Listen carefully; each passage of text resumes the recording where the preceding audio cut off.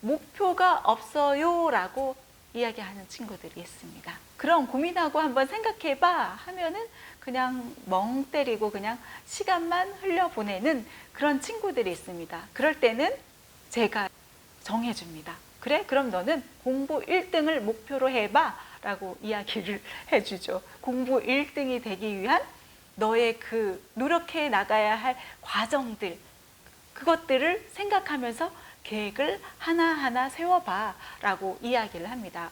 그런데 계획을 세워봐 했더니 어떤 이야기를 했을까요? 어떤 답변을 했을까요? 이런 답변을 하더라는 겁니다. 글쎄, 시간 날 때 공부하면 된다. 이런 대답을 한 거예요. 그래서 저는 그 친구에게 얘기했습니다. 아니, 공부 1등이 목표인데 공부 1등이라는 자리는 그렇게 쉬울까? 시간 날 때 그냥 하고 싶을 때 자기 마음이 내킬 때 공부한다고 해서 1등이라는 그 등수를 얻을 수 있을까? 또 어떻게 생각해? 공부 1등이라는 자리는 그렇게 노력 없이 쉽게 얻을 수 있는 자리가 아니야. 자, 우리 친구가 게임하고 싶고 친구와 놀고 싶고 그런 순간순간들이 있지. 그런데 나는 지금 당장의 그 즐거움을 위해서 게임을 선택하고 친구와 놀기를 선택하고 그 친구들이 과연 1등이 될 수 있겠느냐는 거야. 1등이라는 등수를 얻은 그 친구들이라고 해서 게임하고 싶고 놀고 싶고 그런 순간순간들이 존재하지 않겠어? 그들에게도 수많은 유혹들이 찾아와. 재미있는 게임하고 싶고 재미있는 유튜브 보고 싶고 친구들과 놀고 싶고, 그런데도 자신의 목표를 이루기 위해서 나 이번에 우리 반에서 1등 할 거야, 전교에서 1등 할 거야, 그 목표를 세웠기에 그 목표를 이루기 위해 지금 당장의 즐거움을 포기할 수밖에 없었던 거야. 꿈을 이룬 사람들은 그 한순간의 쾌락, 즐거움, 그런 것들을 포기했기에 꿈을 이룰 수가 있는 것이야.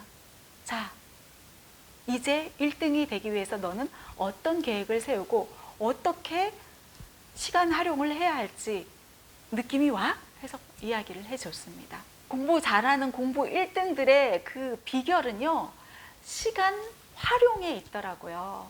최근에 그 수능 만점자 친구들 이야기 해줬잖아요. 원래 그 수능 만점자 친구 인터뷰 영상에서도 이렇게 살펴봤더니 시간 활용을 정말 제대로 해 나가고 있더라는 겁니다. 이 친구들은 주로 인강을 통해서 공부를 해왔는데 이야기를 들어보니까 자신이 잘하는 것들까지 이렇게 시간 들이면서 공 들이면서 공부할 이유가 없잖아요. 결국 시간과의 싸움이기에. 그래서 이 친구들은 어떻게 했다? 자신이 잘 모르는 부분을 파고들어서 다시 보고 다시 보면서 잘 될 때까지, 알 때까지 공부를 해 나간 것이라는 거죠. 공부 잘하는 친구들은요, 이렇듯 자신이 잘 못하는 것들을 잘 알고 있어요. 그래서 그것들을 더 파고들고 더 열심히 공부해 나갑니다. 자신의 부족한 부분에 더 시간 투자를 해 나가는 거죠. 그런데 공부 잘 못하는 친구들, 잘하는 척 하는 친구들, 그런 친구들의 특징은 무엇이다? 못하는 것을 숨기려 한다는 거예요. 어떤 친구는 내가 잘하는 것 못하는 것에 대해서도 잘 알지 못하고, 또 어떤 친구는 잘 알고 있어요. 내가 부족한 부분, 내가 잘나가는 부분 무엇인지 명확히 알고 있어요. 그런데도 잘하는 부분만 드러내고 싶고 못하는 것은 감추고 싶고, 그래서 계속 못하는 부분은 안 하려 들고, 그러다 보니까 포기하게 되고 더 못하게 되더라는 거죠. 보통의 어린 친구들이 특징이 그렇지 않나 싶어요. 막 친구들에게 자랑하고 싶은 심리, 엄마 아빠에게 자랑하고 싶은 심리가 강하다고 했잖아요. 저희 아이 같은 경우도 그래요. 잘하는 것만 드러내고 싶은 거죠. 학교에서도 공부하고 이제 집에서도 공부를 해 나가고 있어요. 짜투리 시간 활용에 대해서 아이에게 이야기를 한 이후에 학교에 가서 쉬는 시간, 짜투리 시간에도 이렇게 공부를 해 나가고 있거든요. 그런데 자신이 못하는 것들은 좀 드러내고 싶지 않잖아요. 그렇다 보니까 늘 잘하는 과목만 공부하려 드는 거예요. 자신이 약한 것들, 이를테면 우리 아이 같은 경우는 영어 과목에 있어가지고 아직 좀 자신감이 없거든요. 그런데 그 자신감을 채워주기 위해서는 더 열심히 파고들고 더 열심히 노력하고 더 공을 들여야 되잖아요. 그런데 누가 볼까봐에 대한 어떤 두려움으로 더 이렇게 손을 놓고 있는 거예요. 그래서 제가 우리 아이에게 이야기를 해줬습니다. 좋아, 그러면은 이런 식으로 해나가는 거 어때? 학교나 그런 곳에서는 너가 잘하는 뭐 한자라든가 역사, 사회 이런 공부들을 해나가고, 그렇다면 집에서 뭐 친구들도 없고 너 혼자 하는 공부와의 시간이잖아. 너 혼자 하는 공부와의 어떤 싸움이잖아. 그럼 집에서만큼 영어에 더 많이 투자해서 너가 약한 부분들에 더 공을 들이고 공부를 해나가는 거 어때? 해서 이야기를 해줬어요. 그랬더니 막 엄마 그런 방법이 있었네요 하고서 이제 공부 계획을, 공부 플래너를 새로 짜기 시작하더라는 겁니다. 아셨죠? 못한다고 해서 계속 못하게 두면은 그게 정말 빠른 포기로 이어지고 결국은 그 수준에 머물 수밖에 없다. 그렇다면은 아이가 잘해 나갈 수 있도록 어떤 방법들을 제시해주고 그리고 응원해주는 거 아주 중요하다는 겁니다. 그리고 공부 잘하는 친구들 이야기했죠. 수능 만점자들도 시간 활용을 잘하더라. 자기가 못하는 부분에 더 투자해서 파고들어서 열심히 공부해 나가더라. 그리고 전 영상에서도 이야기해드렸죠. 하기 싫을 때마다 그때마다 자기 자신과의 싸움에서 이겨야 하잖아요. 그때마다 그냥 하지 뭐, 그냥 자신이 이 목표를 달성하기 위해 해야 된다는 것을 알기 때문에 하기 싫다, 뭐 놀고 싶다 이런 토를 절대 달지 않습니다. 그냥 하는 거예요. 그런데 우리 그 마의 구간이라는 게 찾아옵니다.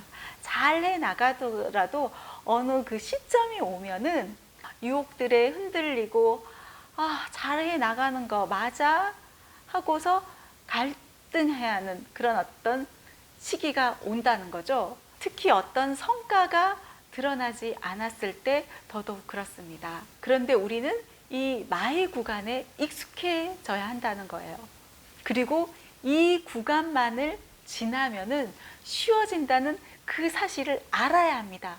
자, 그렇다면은 그런 경험을 일찍 좀 시켜주면 시켜줄수록 좋죠.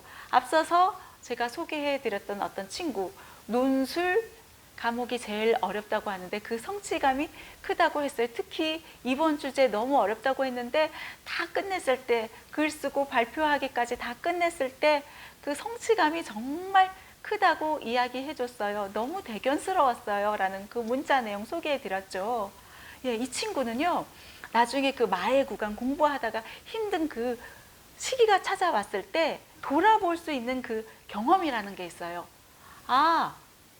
어려운 거 헤쳐나갈 수 있어. 나 예전에 논술 그 어려웠던 그 주제도 거뜬히 해결하고 제대로 정리해서 한 편의 글을 잘 완성하고 발표까지 하고 선생님 앞에서 정말 자신감 넘치게 발표했는 걸 할 수 있어. 나 할 수 있어. 그리고 그 구간을 다 지나니까 어땠어? 다른 주제들이 그냥 쉬워지고 자신감이 생기고 하나하나 너무 쉽게 해나갈 수 있었잖아. 그 경험 덕에 그 경험을 했기 아는 거예요. 또 찾아온 그 마의 구간, 이 구간만 잘 넘기면은 또 쉽게 문제들을 해결할 수 있다라는 것을 이제 알게 되는 거예요.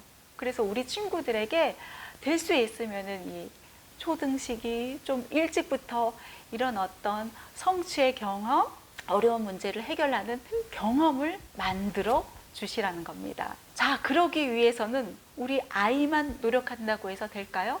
우리 아이만 잘 해 나간다고 될까요? 어렵습니다. 우리 부모님들도 경험 있으시잖아요. 예전 학창 시절의 경험도 있으실 테고요. 다이어트 계획했을 때, 금연 계획했을 때 잘 되지 않는다는 거, 그게 쉽지 않다는 거 경험하시잖아요. 그럴 때마다 응원해 주는 이가 있으면 더 한결 쉬워진다. 옆에서 정신 차리라고 채찍질 해주는 사람이 있으면 더 쉬워진다. 우리 다이어트 하면서 헬스 트레이너가 옆에서 이렇게 도와주고 응원해주고 방향 제시해주고 그러면 한결 더 쉽잖아요. 더 빨리 그 목표를 달성할 수 있잖아요. 그것처럼 우리 부모님께서 채찍질 해주시는 거예요. 그리고 조금만 우리 노력해보자. 조금만 더 해보자. 너 예전에 이랬었던 적 있는데 너 금방 다시 올라섰잖아. 그때 그 경험 잊었어? 하면서 다시 상기시켜주고, 그렇게 부모님도 함께 노력해 주셔야 한다는 겁니다. 우리 집에서도요, 정말 자기주도 학습 잘 되고 열심히 해 나갔던 우리 첫째 아이, 이 친구가 혼자서 열심히 공부를 해 나가다가 어느 순간 역시 이 마의 구간을 만나게 되더라는 거예요. 아침 일찍 일어나서 공부하고, 시키지 않아도 열심히 공부했던 친구인데 어느 순간부턴 막 게임이 좋아서 게임을 하고 유튜브 보는 것에 빠지고 공부에 담을 쌓았나 싶을 정도로 뭔가 좀 느슨해지고 나태해진 어떤 그런 모습들을 볼 수 있었습니다. 그래서 걱정이 되는 거예요. 그런데 돌아봤더니요, 그게 우리 아이만의 문제가 아니었더라고요. 엄마인 저 또한 이 시기에 그 게으름이라는 것이 강림하셨는지 엄마 또한 책을 읽기보다 공부를 하기보다 그냥 놀고 TV 보고 이렇게 빠져 있더라는 거예요. 하품 효과라고 알죠? 한 사람이 하품하면은 저절로 다른 사람으로까지 이제 하품이 전염이 된다고 하잖아요. 어쩌면 엄마의 행동이 아이에게 전염이 됐을지도 모른다. 어느 날부턴가 이제 이 엄마도 다시 잘해보겠노라 하고 아침 일찍 일어나서 책을 펼치고 공부를 해나가고 그렇게 해나가기 시작했어요. 그랬더니만 우리 아이 또한 달라지기 시작하더라는 겁니다. 아침 일찍 일어나서 불을 켜고 책을 읽는 이 엄마의 그 소리에 아이 또한 벌떡 깨어나서 자기 방으로 들어가서 책을 펼치고 공부를 해 나가더라는 겁니다. 네, 엄마가 함께 노력한다면은 우리 아이의 모습 변화시킬 수 있습니다. 어떤 집에서는요, 그렇다고 하더라고요. 중학생 자녀 있는 어떤 집에서는 시험 기간이 되잖아요. 그러면은 그 아이, 그 친구만 시험 기간이 아니래요. 그날만큼은 엄마도 시험 기간, 아빠도 시험 기간이 된다고 해요. 그래서 시험 기간에는 엄마도 그렇고 아빠도 그렇고 일찍 퇴근을 하는 거예요. 그리고 다 같이 공부 모드에 돌입하는 거예요. 집의 거실이 그야말로 도서관 모드가 되는 거예요. 독서실 모드가 되는 거예요. 혼자 공부하면 외롭잖아요. 혼자 공부하면은 왜 나 혼자만 열심히 하지? 그런 마음 생겨나게 되잖아요. 그래서 그 친구 옆자리에 엄마가 앉아서 좋은 글귀, 좋은 어떤 책의 구절들 필사를 해 나가고요. 또 그 옆 한쪽에는 아빠가 앉아서 어려운 어떤 책을 한 장 한 장 넘기며 읽어 나가기 시작한대요. 그리고 그 동생 또한 같이 나름의 어떤 공부를 해 나가도록 하고, 그렇게 가족 전체가 도서관 모드가 된다고 합니다. 가족 전체가 그야말로 시험기간 모드가 된다는 거죠. 자, 아셨죠? 우리 아이를 위한 일이기도 하지만 결국은 또 우리 부모님들, 우리 엄마, 아빠 모두가 성장해 나가는 과정이라 할 수 있잖아요. 모두에게 좋잖아요. 같이 노력하기. 새해 목표, 우리 가족 모두 같이 한 뼘 더 성장하기. 두 뼘 성장해도 좋습니다. 세 뼘 성장해도 좋습니다. 같이 함께 더 크게 성장해 나가기 목표로 세워 실천해 나가는 건 어떨까요? 네, 오늘 이 시간 여기서 마무리하도록 하겠습니다. 감사합니다.